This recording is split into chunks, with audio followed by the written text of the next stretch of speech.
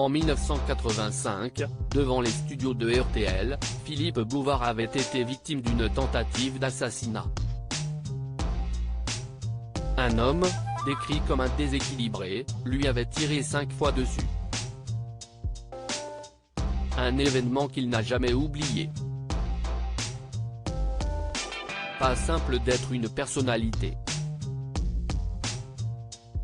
Et ce n'est certainement pas Philippe Bouvard qui viendra dire le contraire. S'il vit aujourd'hui ses derniers moments d'émotion à Cannes en jouant régulièrement au casino, le célèbre journaliste a vécu de nombreux moments rocambolesques au cours de sa vie. Comme en 1979, lorsqu'il avait critiqué Jacques Messrine dans sa chronique sur François.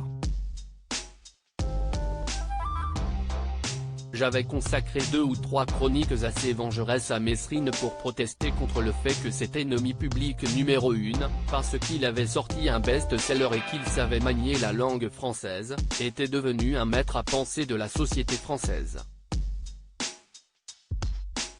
C'était lui faire beaucoup d'honneur et ce n'était pas un exemple pour les jeunes, se souvenait l'époux de Colette Savage en 2021.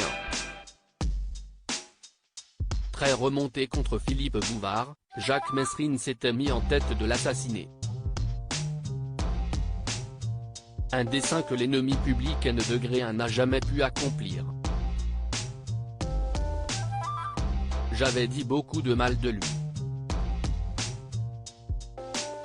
Mais je ne l'ai su qu'à sa mort quand on a trouvé dans son veston, après l'avoir abattu, des photos de ma villa et de mes voitures. On a conclu que j'aurais été l'une de ses prochaines victimes, avait révélé le journaliste. Philippe Bouvard avait remarqué son agresseur et ce n'est pas la seule fois où quelqu'un a essayé de s'en prendre à Philippe Bouvard. Le 23 septembre 1985, aux alentours de 23 h, celui qui a joué dans L'aile ou la cuisse se trouvait devant les studios de RTL à Paris. C'est à ce moment-là qu'un déséquilibré a surgi, en tentant de s'en prendre à lui en lui tirant dessus à 5 reprises. Son agresseur avait 39 ans et était armé d'un pistolet à grenaille. Il s'appelait Guy Ségu et venait de Belfort. Entre autres divagations, il soupçonnait le journaliste d'être un agent du RPR qui voulait poser des micros chez lui. L'agresseur a été immédiatement arrêté. Le journaliste, après des soins reçus à l'hôpital Bichat, a pu regagner son domicile, révélait le monde diplomatique au moment des faits. Philippe Bouvard avait réagi à cette affaire, expliquant qu'il avait remarqué que son agresseur se trouvait depuis plusieurs jours dans le public de son émission.